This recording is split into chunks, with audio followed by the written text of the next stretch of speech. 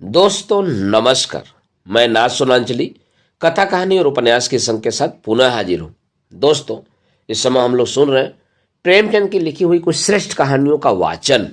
इस कड़ी में आज लीजिए सुनिए प्रेमचंद की लिखी हुई मानसरोवर भाग 3 से एक कहानी नैराश्य लीला का वाचन मेरे अर्थात नाथ सोनांचली के स्वर में। पंडित हृदयनाथ अयोध्या के एक सम्मानित पुरुष थे। धनवान तो नहीं, लेकिन खाने पीने से खुश थे। कई मकान थे, उन्हीं के किराए पर गुजर होता था। इधर किराए बढ़ गए थे, उन्होंने अपनी सवारी भी रख ली थी। बहुत विचारशील आदमी थे, अच्छी शिक्षा पाई थी, संसार का काफी तजुर्बा था, पर क्रियात्मक शक्ति से वंचित थे। सब कुछ न जानते थे। समाज उनकी आंखों में एक भयंकर भूत था, जिससे सदैव डरते रहना चाहिए। उसे जरा भी रुष्ट किया तो फिर जान की खैर नहीं। उनकी स्त्री जागेश्वरी उनका प्रतिबिंब थी। पति के विचार उसके विचार और पति की इच्छा उसकी इच्छा थी। दोनों प्राणियों में कभी मतभेद न होता था। जागेश्वरी शिव की उपासक थी, हृदयनाथ वैष्णव थे, पर दान और व्रत में दोनों को समान श्रद्धा थी। दोनों धर्मनिष्ठ थे, उससे कहीं अधिक, जितना सामान्यतः शिक्षित लोग हुआ करते हैं। इसका कदाचित यह कारण था कि एक कन्या के सिवा उनके और कोई संतान न थी। उसका विवाह 13वें वर्ष में हो गया था और माता पिता की अब यही लालसा थी कि भगवान इसे पुत्रवती करे तो हम लोग नवासे के नाम अपना सब कुछ लिख लिखा कर निश्चिंत हो जाए। किंतु विधाता को कुछ और ही मंजूर था। कैलाश कुमारी का अभिगौना भी न हुआ था। वह अभी तक यह भी जानने न पाई थी कि विवाह का आशय क्या है कि उसका सुहाग उठ गया। वैदव्य ने उसके जीवन की अभिलाषाओं का दीपक बुझा दिया। माता और पिता विलाप कर रहे थे। घर में कोहराम मचा हुआ था, पर कैलाश कुमारी भौचक्की हो होकर सबके मुंह की ओर ताकती थी। उसकी समझ में ही न आता था कि यह लोग रोते क्यों हैं। माँ बाप की इकलौती बेटी थी। माँ बाप के अतिरिक्त वह किसी तीसरे व्यक्ति को अपने लिए आवश्यक नहीं समझती थी। उसकी सुख कल्पनाओं में अभी तक पति का प्रवेश न हुआ था। वह समझती थी स्त्रियां पति के मरने पर इसलिए रोती हैं कि वह उनका और उनके बच्चों का पालन करता है। मेरे घर में किस बात की कमी है? मुझे इसकी क्या चिंता है कि खाएंगे क्या, पहनेंगे क्या? मुझे जिस चीज की जरूरत होगी बाबूजी तुरंत ला देंगे। फिर रोऊं क्यों? वह अपनी मां को रोते देखती तो रोती, पति के शौक से नहीं, मां के प्रेम से। कभी सोचती शायद यह लोग इसलिए रोते हैं कि कहीं मैं कोई ऐसी चीज न मांग बैठूं जिसे वह न दे सके। तो मैं ऐसी चीज मांगूंगी ही क्यों? मैं अब भी तो उनसे कुछ नहीं मांगती। वह आप ही मेरे लिए एक न एक चीज नित्य लाते रहते हैं। क्या मैं अब कुछ और हो जाऊंगी? इधर माता का यह हाल था कि बेटी की सूरत देखते ही आंखों से आंसू की झड़ी लग जाती। बाप की दशा और भी करुणाजनक थी। घर में आना जाना छोड़ दिया। सिर पर हाथ धरे कमरे में अकेले उदास बैठे रहते। उसे विशेष दुख इस बात का था कि सहेलियां भी अब उसके साथ खेलने न आती। उसने उनके घर जाने की माता से आज्ञा मांगी तो वह फूट फूट कर रोने लगी। माता पिता की यह दशा देखी तो उसने उनके सामने जाना छोड़ दिया। बैठी किस्से कहानियां पढ़ा करती। उसकी एकांत प्रियता का माँ बाप ने कुछ और ही अर्थ समझा। लड़की शोक के मारे घुली जाती है। इस वज्रपात ने उनके हृदय को टुकड़े टुकड़े कर डाला है। एक दिन हृदयनाथ ने जागेश्वरी से कहा, जी चाहता है घर छोड़कर कहीं भाग जाऊं। इसका कष्ट अब नहीं देखा जाता। जागेश्वरी, मेरी तो भगवान से यही प्रार्थना है कि मुझे संसार से उठा ले। कहां तक छाती पर पत्थर की सील रखूं? हृदयनाथ, किसी भांति इसका मन बहलाना चाहिए, जिससे शोक में विचार आने ही न पाए। हम लोगों को दुखी और रोते देखकर उसका दुख और भी दारुण हो जाता है। जागेश्वरी, मेरी तो बुद्धि कुछ काम नहीं करती। हृदयनाथ, हम लोग यूं ही मातम करते रहे तो लड़की की जान पर बन जाएगी। अब कभी कभी उसे लेकर सैर करने चली जाया करो। कभी कभी थिएटर दिखा दिया, कभी घर में गाना बजाना करा दिया। इन सब बातों से उसका दिल बहलता रहेगा। जागेश्वरी, मैं तो उसे देखते ही रो पड़ती हूं, लेकिन अब जब्त करूंगी। तुम्हारा विचार बहुत उत्तम है। बिना दिल बहलाव के उसका शोक दूर न होगा। हृदयनाथ, मैं भी अब उससे दिल बहलाने वाली बातें किया करूंगा। कल एक सैर भी लाऊंगा, अच्छे अच्छे दृश्य जमा करूंगा। ग्रामोफोन तो आज ही मंगवाए देता हूं। बस उसे हर वक्त किसी न किसी काम में लगाए रहना चाहिए। एकांतवास शोक ज्वाला के लिए समीर के समान है। उस दिन से जागेश्वरी ने कैलाश कुमारी के लिए विनोद और प्रमोद के सामान जमा करने शुरू किए। कैलाशी माँ के पास आती तो उसकी आंखों में आंसू की बूंदें न देखती, होठों पर हंसी की आभा दिखाई देती। वह मुस्कुराकर कहती, बेटी, आज थिएटर में बहुत अच्छा तमाशा होने वाला है, चलो देख है। कभी गंगा स्नान की ठहरती, वहां माँ बेटी किश्ती पर बैठकर नदी में जल विहार करती। कभी दोनों संध्या समय पार्क की ओर चली जाती। धीरे धीरे सहेलियां भी आने लगी। कभी सब की सब बैठकर ताश खेलती, कभी गाती बजाती। पंडित हृदयनाथ ने भी विनोद की सामग्रियां जुटाई। कैलाशी को देखते ही मग्न होकर बोलते, बेटी आओ, तुम्हें आज कश्मीर के दृश्य दिखाऊं। कभी कहते, आओ आज स्विट्जरलैंड की अनुपम झांकी और झरनों की छटा देखें। कभी ग्रामोफोन बजाकर उसे सुनाते। कैलाशी इन सैर सपाटों का खूब आनंद उठाती। इतने सुख से उसके दिन कभी न गुजरे थे। इस भांति 2 वर्ष बीत गए। कैलाशी सैर तमाशे की इतनी आदी हो गई कि एक दिन भी थिएटर न जाती तो बेकल सी होने लगती। मनोरंजन नवीनता का दास है और समानता का शत्रु। थिएटरों के बाद सिनेमा की सनक सवार हुई। सिनेमा के बाद मिसमेरिज्म और हिप्नोटिज्म के तमाशों की। ग्रामोफोन के नए रिकॉर्ड आने लगे। संगीत का चस्का पड़ गया। बिरादरी में कहीं उत्सव होता तो माँ बेटी अवश्य जाती। कैलाशी नित्य इसी नशे में डूबी रहती। चलती तो कुछ गुनगुनाती हुई, किसी से बातें करती तो वहीं थिएटर की और सिनेमा की। भौतिक संसार से अब कोई वास्ता न था। अब उसका निवास कल्पना संसार में था। दूसरे लोक की निवासनी होकर उसे प्राणियों से कोई सहानुभूति न रही। किसी के दुख पर जरा दया न आती। स्वभाव में उच्छृंखलता का विकास हुआ। अपनी सुरुचि पर गर्व करने लगी। सहेलियों से डींगे मारती। यहाँ के लोग मूर्ख हैं, यह सिनेमा की कद्र क्या करेंगे। इसकी कद्र तो पश्चिम के लोग करते हैं। वहां मनोरंजन की सामग्रियां उतनी ही आवश्यक हैं जितनी हवा। तभी तो वे उतने प्रसन्नचित्त रहते हैं, मानो किसी बात की चिंता ही नहीं। यहां किसी को इसका रस ही नहीं। जिन्हें भगवान ने सामर्थ्य भी दिया है वह भी सरेसाम से मुख ढाक कर पड़े रहते हैं। सहेलियां कैलाशी की यह गर्वपूर्ण बातें सुनती और उसकी और भी प्रशंसा करती। वह उनका अपमान करने के आवेग में आप ही हास्यास्पद बन जाती थी। पड़ोसियों में इन सैर सपाटों की चर्चा होने लगी। लोक सम्मति किसी की रियायत नहीं करती। किसी ने सिर पर टोपी टेढ़ी रखी और पड़ोसियों की आंखों में खुबा। कोई जरा अकड़ कर चला और पड़ोसियों ने आवाजें कसी। विधवा के लिए पूजा पाठ है, तीर्थ व्रत है, मोटा खाना है, मोटा पहनना है। उसे विनोद और विलास, राग और रंग की क्या जरूरत। विधाता ने उसके सुख के द्वार बंद कर दिए हैं।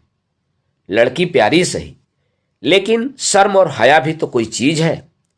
जब माँ बाप ही उसके सिर चढ़ाए हुए हैं तो उसका क्या दोष। मगर एक दिन आंखें खुलेंगी अवश्य।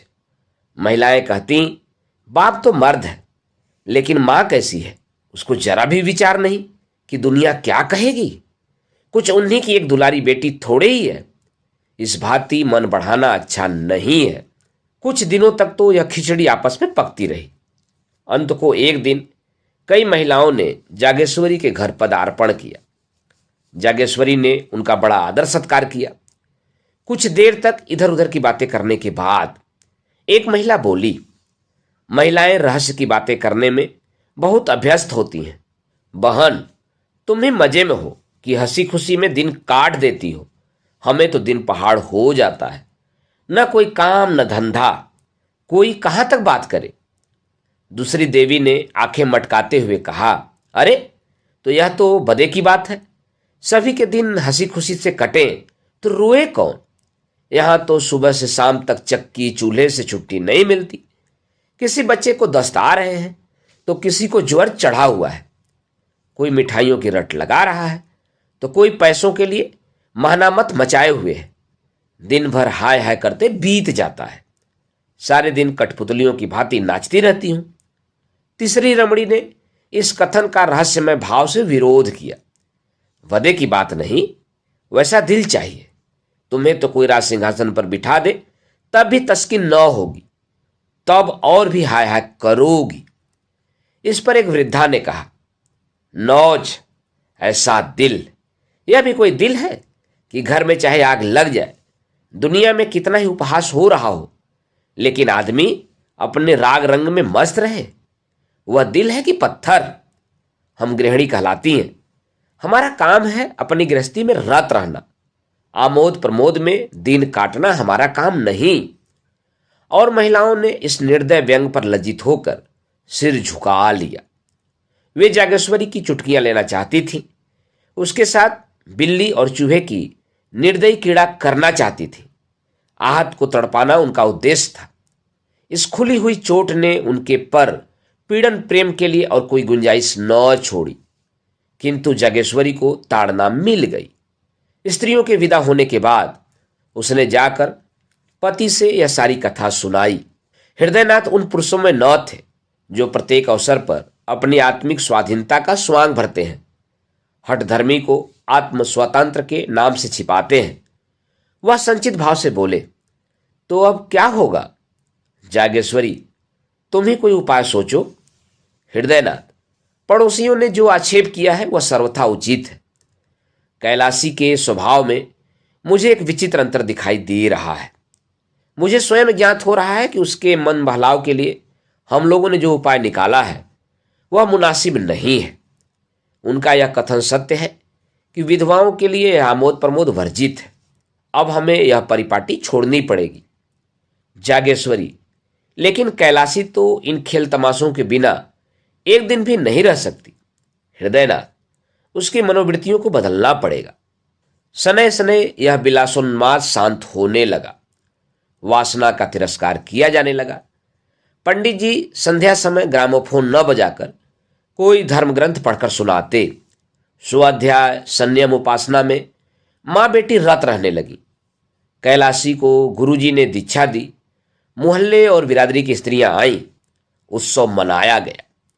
माँ बेटी अब किश्ती पर सैर करने के लिए गंगा न जाती, बल्कि स्नान करने के लिए मंदिरों में नित्य जाती।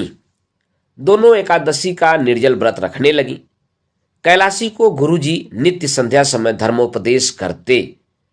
कुछ दिनों तक तो कैलाशी को वह विचार परिवर्तन बहुत कष्टजनक मालूम हुआ, पर धर्मनिष्ठा नारियों का स्वाभाविक गुण है। थोड़े ही दिनों में उसे धर्म से रुचि हो गई। अब उसे अपनी अवस्था का ज्ञान होने लगा था। विषय वासना से चित्त आप ही आप खींचने लगा। पति का यथार्थ आशय समझ में आने लगा था। पति ही स्त्री का सच्चा मित्र, सच्चा पथ प्रदर्शक और सच्चा सहायक है। पति विहीन होना किसी घोर पाप का प्रायश्चित है। मैंने पूर्व जन्म में कोई अकर्म किया होगा। पतिदेव जीवित होते तो मैं फिर माया में फंस जाती।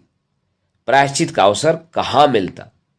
गुरुजी का वचन सत्य है कि परमात्मा ने तुम्हें पूर्व कर्मों के प्रायश्चित का यह अवसर दिया है।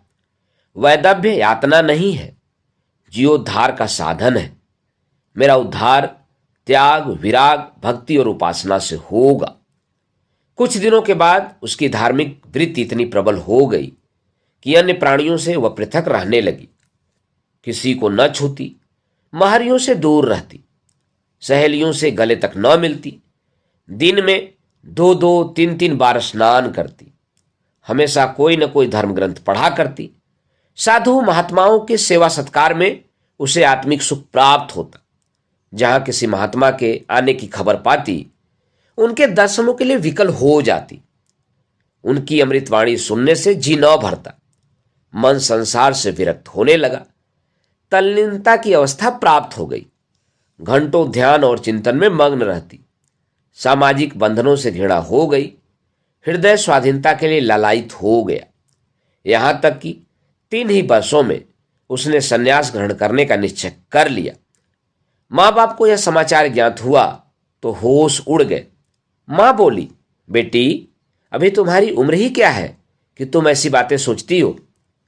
कैलाशी, माया मोह से जितनी जल्द निवृत्ति हो जाए उतना ही अच्छा। हृदयनाथ, क्या अपने घर में रहकर माया मोह से मुक्त नहीं हो सकती हो? माया मोह का स्थान मन में है, घर में नहीं। जागेश्वरी, कितनी बदनामी होगी। कैलाशी, अपने को भगवान के चरणों पर अर्पण कर चुकी तो बदनामी की क्या चिंता। जागेश्वरी, बेटी, तुम्हें न हो, हमको तो है। हमें तो तुम्हारा ही सहारा है। तुमने जो सन्यास ले लिया तो हम किस आधार पर जिएंगे। कैलाशी, परमात्मा ही सबका आधार है। किसी दूसरे प्राणी का आश्रय लेना भूल है। दूसरे दिन यह बात मोहल्ले वालों के कानों में पहुंच गई। जब कोई अवस्था असाध्य हो जाती है तो हम उस पर व्यंग करने लगते हैं। नई बात क्या हुई, लड़कियों को इस तरह स्वच्छंद नहीं कर दिया जाता। फूले न समाते थे कि लड़की ने कुल का नाम उज्जवल कर दिया। पुराण पढ़ती है, उपनिषद और वेदांत का पाठ करती है, धार्मिक समस्याओं पर ऐसी ऐसी दलीलें करती है कि बड़े बड़े विद्वानों की जबान बंद हो जाती है। तो अब क्यों पछताते हैं। भद्र पुरुषों में कई दिनों तक यही आलोचना होती रही, लेकिन जैसे अपने बच्चे के दौड़ते दौड़ते धम से गिर पड़ने पर हम पहले क्रोध के आवेश में उसे झिड़कियां सुनाते हैं, इसके बाद गोद में बिठाकर आंसू पोंछते और फुसलाने लगते हैं, उसी तरह इन भद्र पुरुषों ने व्यंग के बाद इस गुत्थी के सुलझाने का उपाय सोचना शुरू किया। कई सज्जन हृदयनाथ के पास आए और सिर झुकाकर बैठ गए। विषय का आरंभ कैसे हो।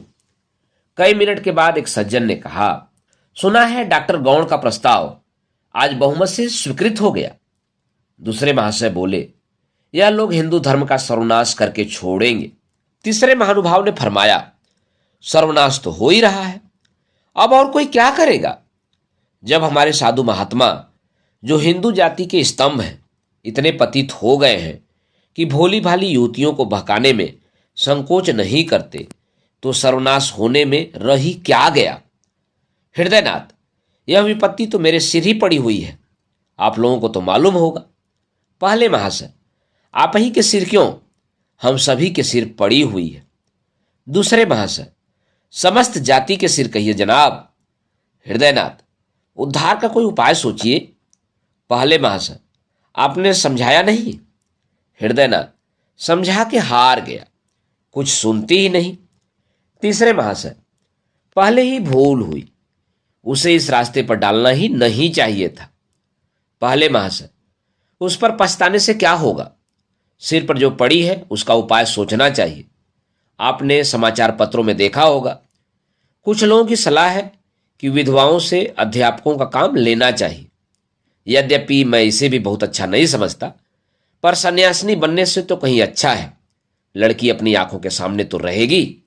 अभिप्राय केवल यही है कि कोई ऐसा काम होना चाहिए जिसमें लड़की का मन लगे। किसी अवलंब के बिना मनुष्य को भटक जाने की शंका सदैव बनी रहती है।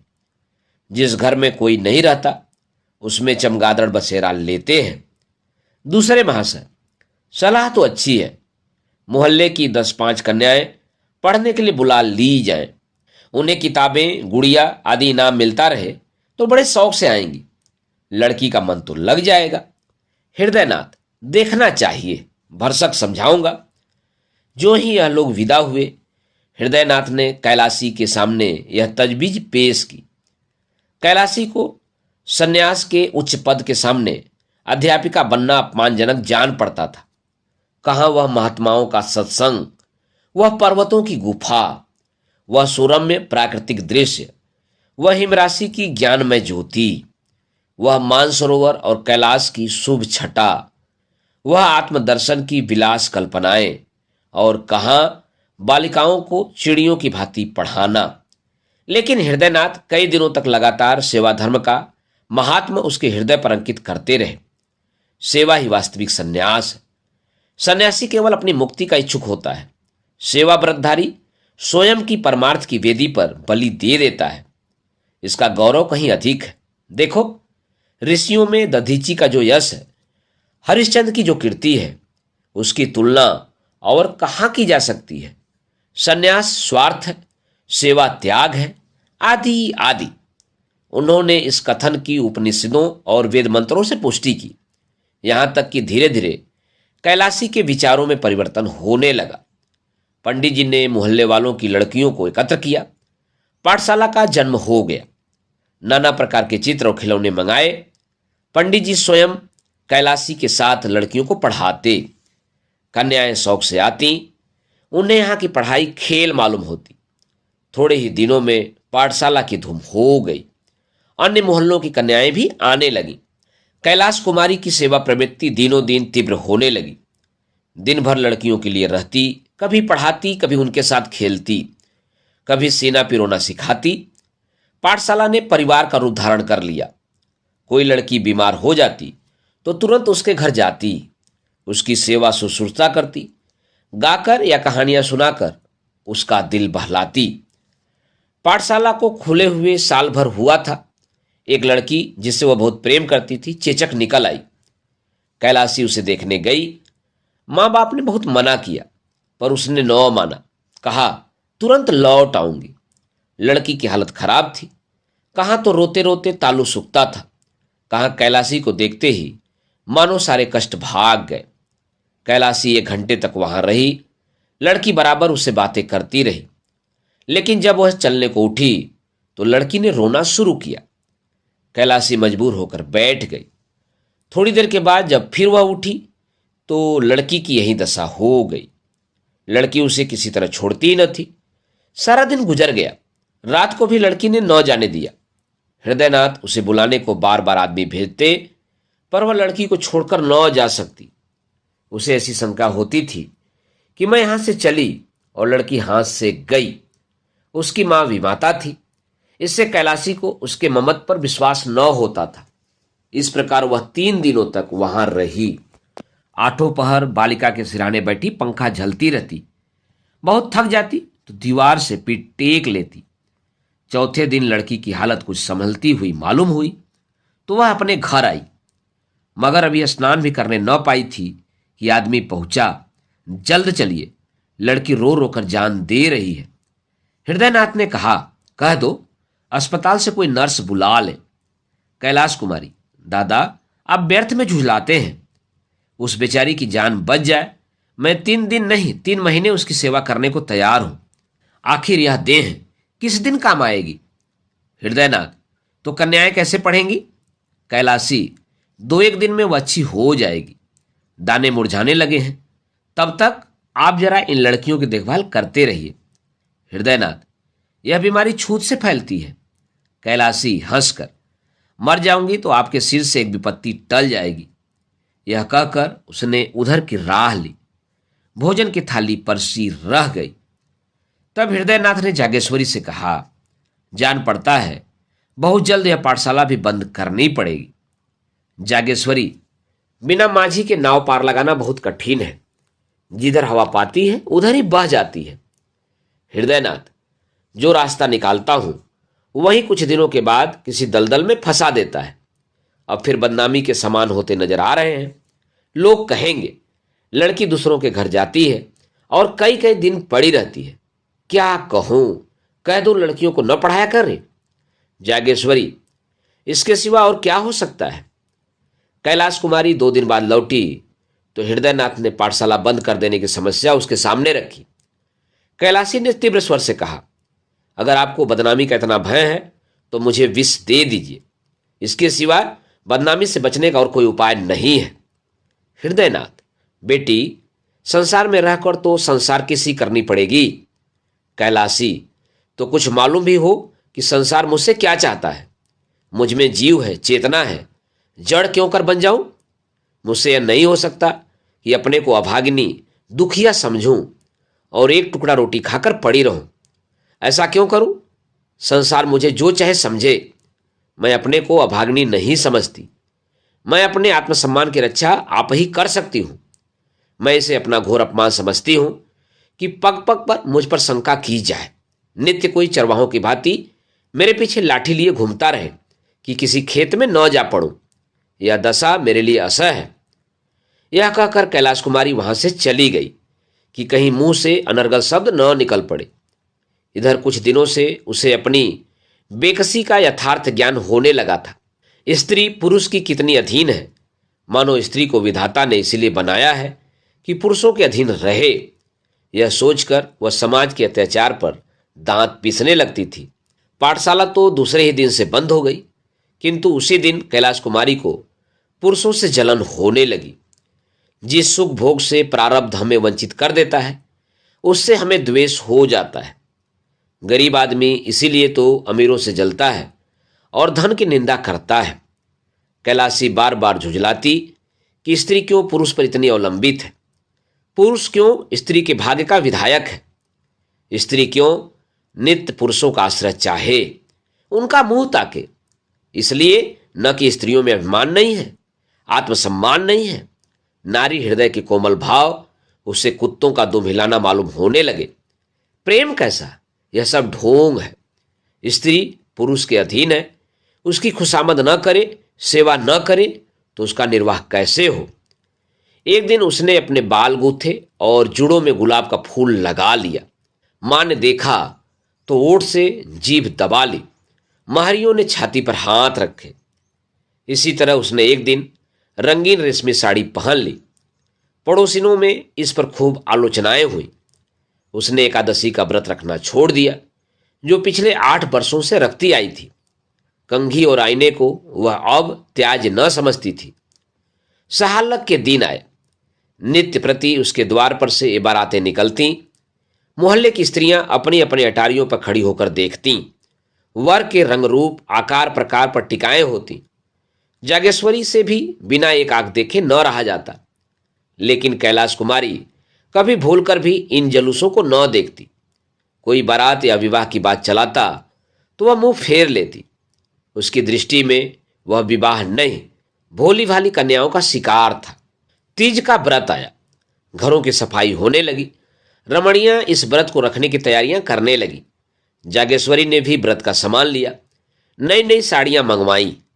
कैलाश कुमारी के ससुराल से इस अवसर पर कपड़े, मिठाइयां और खिलौने आया करते थे। अब की भी आए। यह विवाहिता स्त्रियों का व्रत है। इसका फल है पति का कल्याण। विधवाएं भी इस व्रत को यथोचित रीति से पालन करती हैं। पति से उसका संबंध शारीरिक नहीं वरन आध्यात्मिक होता है। उसका इस जीवन के साथ अंत नहीं होता, अनंत काल तक जीवित रहता है। कैलाश कुमारी अब तक यह व्रत रहती आई थी। अब कि उसने निश्चय किया, मैं व्रत न रखूंगी। मां ने तो माथा ठोक लिया। बोली, बेटी, यह व्रत रखना धर्म है। कैलाशी, पुरुष भी स्त्रियों के लिए कोई व्रत रखते हैं? जागेश्वरी, मर्दों में इसकी प्रथा नहीं है। कैलाशी, इसीलिए न कि पुरुषों को स्त्रियों की जान उतनी प्यारी नहीं होती जितनी स्त्रियों को पुरुषों की जान। जागेश्वरी, स्त्रियां पुरुषों की बराबरी कैसे कर सकती हैं? उनका तो धर्म है अपने पुरुष की सेवा करना। कैलाशी, मैं इसे अपना धर्म नहीं समझती। मेरे लिए अपनी आत्मा की रक्षा के सिवाय और कोई धर्म नहीं। जागेश्वरी, बेटी, गजब हो जाएगा। दुनिया क्या कहेगी? कैलाश कुमारी, फिर वही दुनिया। अपनी आत्मा के सिवा मुझे किसी का भय नहीं। हृदयनाथ ने जागेश्वरी से यह बातें सुनी तो चिंता सागर में डूब गए। इन बातों का क्या आस है? क्या आत्मसम्मान का भाव जागृत हुआ है या नैराश्य की यह क्रूर कीड़ा है? धनहीन प्राणी को जब कष्ट निवारण का कोई उपाय नहीं रह जाता तो वह लज्जा को त्याग देता है। निसंदेह नैराश्य ने यह भीषण रूप धारण किया है।